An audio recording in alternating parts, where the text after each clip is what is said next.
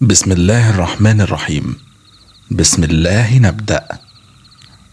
القصة دي مستوحاة عن أحداث حقيقية حدثت بالفعل. في ليلة من الليالي وفي منطقة بعيدة على أطراف أحد المحافظات كان في كوبري مهجور معروف بين الناس إن مفيش حد هناك بيقرب منه خالص أو من المنطقة دي عموما يعني، خصوصا بالليل. الكوبري ده كان زمان طريق مهم بيوصل بين قرية وقرية تانية أو قرية ومدينة، بس بعد ما الطرق الجديدة دي اتعملت الكوبري بقى شبه منسي. اللي بيمر من تحته يحس بشعور غريب، كأن في حاجة مش طبيعية أو حد بيراقبه. الجو بيبقى تقيل بطريقة تخنق. بداية الموضوع لما سكان المنطقة القريبة من الكوبري بدأوا إن هم يلاحظوا حاجات غريبة. ناس كانت بتعدي من تحت الكوبري تحكي إنها سمعت صوت حد بينادي عليهم، لكن لما بيبصوا حواليهم مفيش حد. وفي مرة واحد راكب عجلة شاف خيال شخص بيجري جنبه بسرعة، لكن لما بص ملقاش حد. الحكايات دي كانت بتنتشر بين الناس وكل واحد بيضيف عليها شوية شوية من عنده، زي اللي معروف عند المصريين. وفي يوم من الأيام شاب اسمه سامي شغال في شركة توصيل كان مضطر يعدي من تحت الكوبري وهو راجع من شغله متأخر. سامي كان دايما بيقول إنه مش بيصدق الحاجات دي وإنه كلها خرافات وناس بتحب تبالغ بس مش أكتر. وهو ماشي بالعجلة بتاعته تحت الكوبري فجأة النور اللي كان على الكوبري فوق اتطفى. سامي وقف وحس إن الدنيا بقت ساكتة قوي لدرجة إنه كان سامع صوت أنفاسه. فجأة سمع صوت خطوات جاية ناحيته، بص حوالين ملقاش حد حواليه. سامي قرر ياخد العجلة ويجري بسرعة ويبعد عن المكان، لكن قبل ما يوصل للطريق الرئيسي حس بحاجة مسكت العجلة بتاعته من ورا وهو ماشي. لما بص شاف ايدين سودة مليانة جروح وتعوير، بس الايدين دي مش ماسكة بجسم بني آدم، الايد دي لوحدها. سامي صرخ وقع من على العجلة، ولما قام يجري بص وراه وملقاش حاجة. العجلة كانت مرمية على الأرض كأنها مفيش حاجة خالص، وكأن مفيش حاجة يعني أعاقت طريقه ولا حاجة مسكته. لما رجع سامي للبيت حكى لصحابه على اللي حصل. بعضهم صدقوا والتانيين ضحكوا عليه، لكن كلهم اتفقوا ان محدش يعدي من هناك تاني لوحده. الليلة دي كانت بداية لسلسلة أحداث غريبة. بعد أسبوعين أحمد شاب تاني من منطقة قرر انه يثبت ان كل اللي بيتقال ده مجرد أوهام. أخد الكاميرا بتاعته وراح تحت الكوبري علشان يصور. أحمد كان عارف إن الناس بتحب الحكايات المخيفة وكان عاوز يعمل فيديو وينشره على اليوتيوب.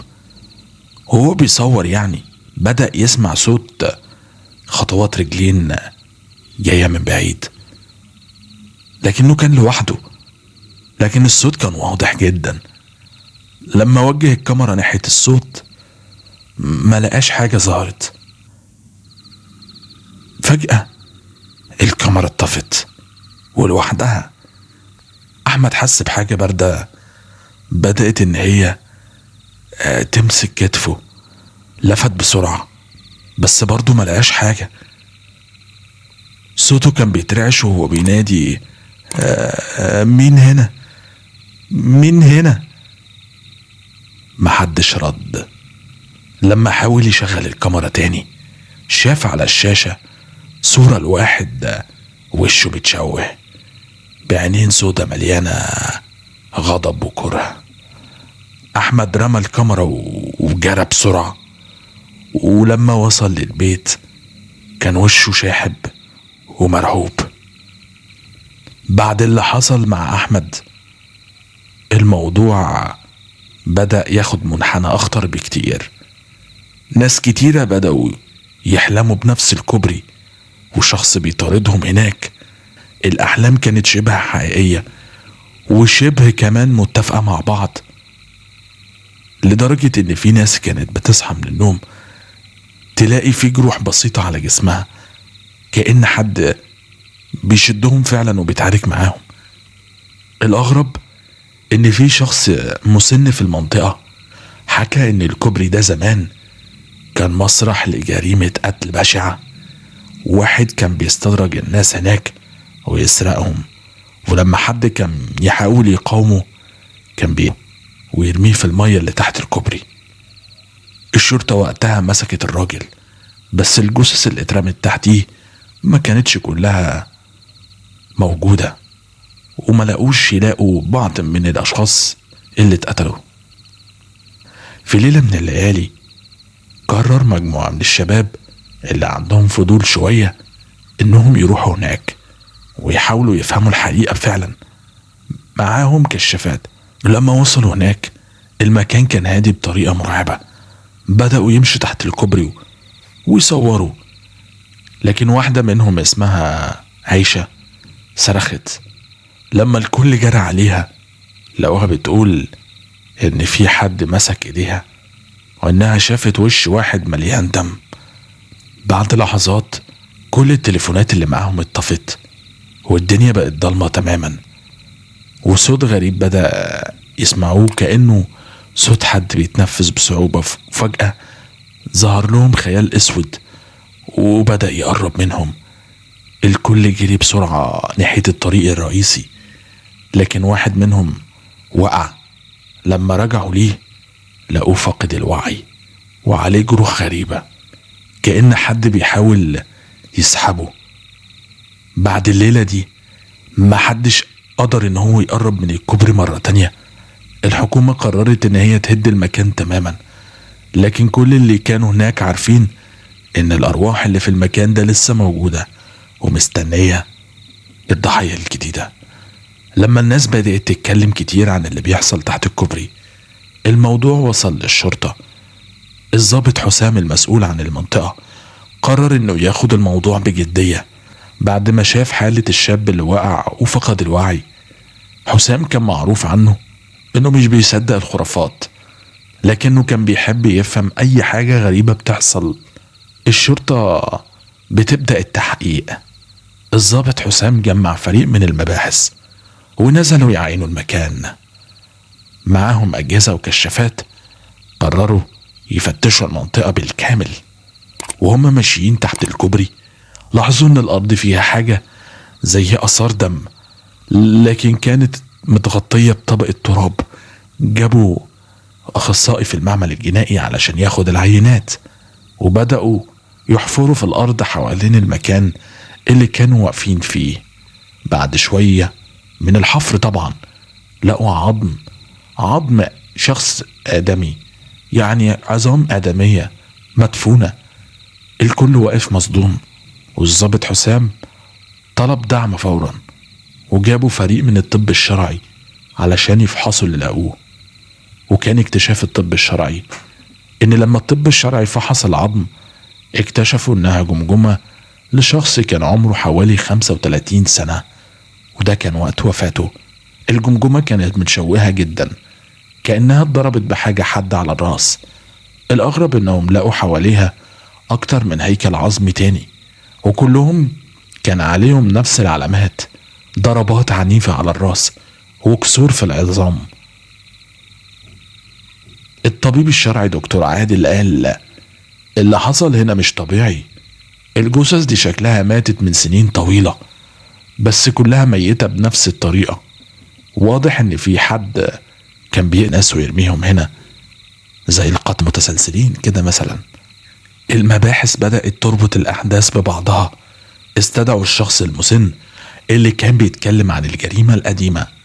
الراجل أكد كلامه وقال الراجل اللي كان بيقتل الناس هنا كان اسمه صابر، كان شغال في المنطقة دي زمان، وكان بيستدرج الناس اللي ماشية لوحدها.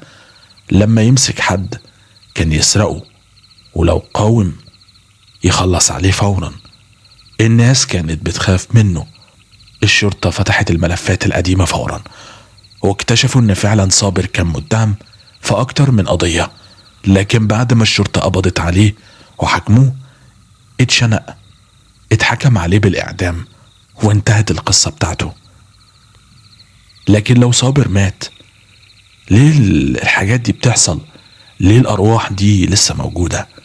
دكتور عادل قال إن الأماكن اللي حصلت فيها جرائم عنيفة فعلا، ممكن تكون محفورة فيها ذكريات المأساة، وده بيخلي الناس تحس بحاجات غريبة بتحصل لما تقرب منها. بس اللي حصل تحت الكوبري كان أكتر من مجرد ذكريات. الضابط حسام قرر ينهي الموضوع، جاب فريق من الشرطة وفضلوا يفتشوا المنطقة يومين متواصلين. في الليلة التانية واحد من أفراد الشرطة سمع صوت حد بيناديه باسمه من ورا. لما لف شاف خيال اسود بيقرب منه. الراجل صرخ، لكن لما الكل جري عليه ملقوش حاجة. في اللحظة دي حسام قرر إن هم لازم ياخدوا قرار يهدوا الكوبري بالكامل، بس بعد ما يخلصوا التفتيش وحفر في المنطقة. وبعد هدم الكوبري الضابط حسام حس إن الموضوع لسه في حاجة مش واضحة. الحوادث الغريبة ممكن تكون انتهت، لكن الجثث اللي لقوها بتطرح أسئلة أكتر من اللي جاوبتها. ليه صابر كان بيقتل الناس بالطريقة دي؟ وهل هو فعلا بيشتغل لوحده ولا كان مع حد بيساعده؟ قرر حسام يخوض أكتر في الماضي. راح للأرشيف القديم الخاص بالقضايا غير المحلولة واللي كانوا مربوط بالكوبري المهجور. الملفات دي كانت محطوطة في غرفة صغيرة مهملة كده في القسم في اسم الشرطة القديم. حسام أخد مع أمين المحفوظات واللي كان شغال في القسم من أكتر من 30 سنة. حسام قعد ساعات يقلب في الملفات لحد ما لقى وثائق غريبة متعلقة بالقضية الأصلية بتاعت صابر. ومن بين الورق كان في شهادات قديمة من ناس قالوا إنهم شافوا صابر وهو بيتخانق مع رجالة تانيين حوالين الكوبري قبل ما يتقبض عليه. شهادة واحدة بالتحديد لفتت نظره، كانت من واحد اسمه عبد الرحيم، واللي قال إن صابر ما كانش بيشتغل لوحده، وإن كان في عصابة صغيرة بتشتغل معاه وبيقسموا مع بعض المسروقات. عبد الرحيم كان بيقول في الشهادة صابر كان دايما معاه واحد اسمه شوقي وواحد تالت اسمهم كانوا بينادوه الشيخ. الشيخ ده كان غريب جدا، كان دايما بيقول حاجات عن التضحية وانه لازم يتخلصوا من الناس اللي بيقاوموهم علشان يحفظوا السر معاهم. الملف كان مكتوب فيه ان الشرطة وقتها ما اخدتش الكلام ده بجدية، لان شوقي اختفى بعد القبض على صابر فورا، والشيخ ما كانش معروف اسمه الحقيقي ايه. في كيس صغير مربوط بأحد ملفات القديمة حسام لقى حاجة ما كانتش متوقعة. ورقة مكتوبة بخط الإيد عبارة عن نوع من العهد مكتوب بلغة عامية بسيطة. الورقة كانت بتقول: نحن الثلاثة صابر وشوقي والشيخ نعاهد على حماية الطريق وننقسم فورا لو واحد فينا اتقبض عليه، وإن أي حد هيكشف أمرنا هتكون روحه مدفونة تحت الكوبري. الورقة كان فيها توقيعات واضحة لصابر وشوقي، لكن مكان توقيع الشيخ كان فاضي. حسام حس إن الورقة دي هي المفتاح، ممكن يفسر ليه الأحداث المرعبة حصلت بعد سنين طويلة من موت صابر. حسام قرر إن هو يدور على أي خيط يوصله للشخص اللي كانوا بينادوه الشيخ. يسأل في المنطقة حوالين الكوبري القديم، واستدعى ناس من كبار السن واللي كانوا عايشين وقت الجرائم. واحد من الشيوخ الكبار اسمه الحاج مرزوق قال له: حسام، الشيخ ده كان واحد غريب عننا، كان بيجي المنطقة كل أسبوع يتعامل مع صابر وشوقي، وكان بيقول للناس إنه راجل دين، بس اللي عرفناه بعدين إنه كان مشعوذ وكان بيستخدم حيل وألاعيب علشان يسيطر عليهم. مرزوق كمل: بعد ما صابر اتقبض عليه ناس شافت الشيخ مرة أخيرة قريب من الكوبري وبعدين اختفى ومحدش شافه تاني. شوقي على الناحية التانية اتقال انه هرب للريف ومحدش عرف مكانه. حسام رجع للأرشيف يدور على أي سجلات مرتبطة بالمشعوذين أو المتهمين بالسحر والشعوذة في نفس الفترة دي. وبعد بحث طويل لقى ملف الشخص اسمه الحقيقي عبد الرازق زيدان، واللي كان معروف بلقب الشيخ زيدان. الملف أشار إنه كان متهم في أكتر من قضية، قواضي نصب وشعوذة، لكن دايما كان بيهرب من العقوبة بسبب نقص الأدلة. الملف كان بيقول إن عبد الرازق كان مرتبط بمجموعة صغيرة من الخارجين عن القانون اللي كانوا بيستخدموا الشعوذة لتخويف الناس والسيطرة عليهم. حسام بدأ يشك إن عبد الرازق هو الشيخ واللي كان مع صابر وشوقي. بالرغم إن الكوبري نفسه اتشال، حسام قرر يرجع للمكان مع فريق صغير. حفروا في نفس المنطقة واللي لقوا فيها الجثث على أمل يلاقوا أي دليل جديد. وبعد ساعات من الحفر لقوا شنطة جلد مدفونة تحت التراب. الشنطة دي كان مقفولة كده بقفل صغير بس سهل يتشال، لكن لما فتحوها لقوا جواها أوراق قديمة وصور متقطعة. الصور كانت بتوضح 3 أشخاص واقفين تحت الكوبري: صابر، شوقي، وراجل تالت كبير في السن ملامحه غريبة لكن لابس جلابية بيضة وفي ايده سبحة. حسام أدرك إن ده هو الشيخ. الأوراق اللي في الشنطة بتوضح أكتر طبيعة العلاقة بين التلاتة. كان واضح إن عبد الرازق أو الشيخ زيدان كان هو اللي بيقودهم، وكان بيؤمن إن الكوبري ده مكان مقدس بسبب حاجات غريبة في المية بتاعته. الأوراق كانت بتتكلم عن طقوس كانوا بيعملوها علشان يحافظوا على السر. حسام حس إنه لازم يعرف مصير الشيخ وشوقي علشان يقفل القضية بالكامل. بدأ يدور في سجلات الريف حوالين المنطقة دي وسأل الناس عن أي شخص كان غريب أو هرب للمنطقة الريفية بعد القبض على صابر. بعد أسابيع من البحث وصل لقرية بعيدة، وهناك شاف واحد كبير في السن مريض بالكاد إنه بيعرف يتكلم أساسا. لما بدأ يسأله الراجل اعترف إنه شوقي كان عايش سنين طويلة في خوف، وكان دايما بيحلم بكوابيس عن الكوبري. شوقي قال لحسام الشيخ زيدان كان بيقول لينا إن المكان ده ليه قوة خاصة، كنا بنقتل الناس ونرميهم هناك. هو كان بيقول إن ده بيقوي السر اللي مستخبي تحت الكوبري. لما صابر اتقبض عليه الشيخ اختفى وقال لنا إننا مش هنكون في أمان لو السر اتكشف.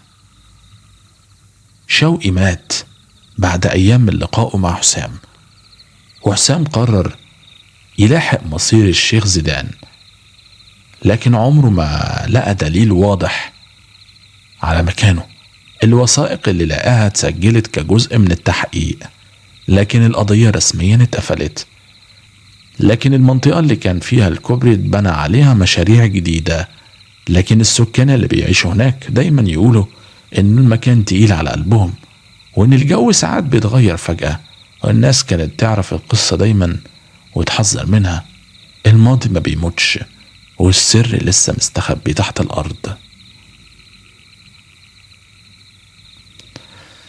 بكده تكون انتهت حلقتنا النهاردة. يا رب القصة تكون عجبتكم، وما تنسوش في الآخر تعملوا لايك وتعملوا سبسكرايب للقناة علشان يوصل لكم كل جديد. ولو عجبتكم القصة يا ريت تكتبوا لنا في الكومنتات وتشجعونا أول بأول، ولو ما عجبتكمش برضو اعملوا لايك واعملوا كومنتات. كان معاكم محمد فوزي، وسلام.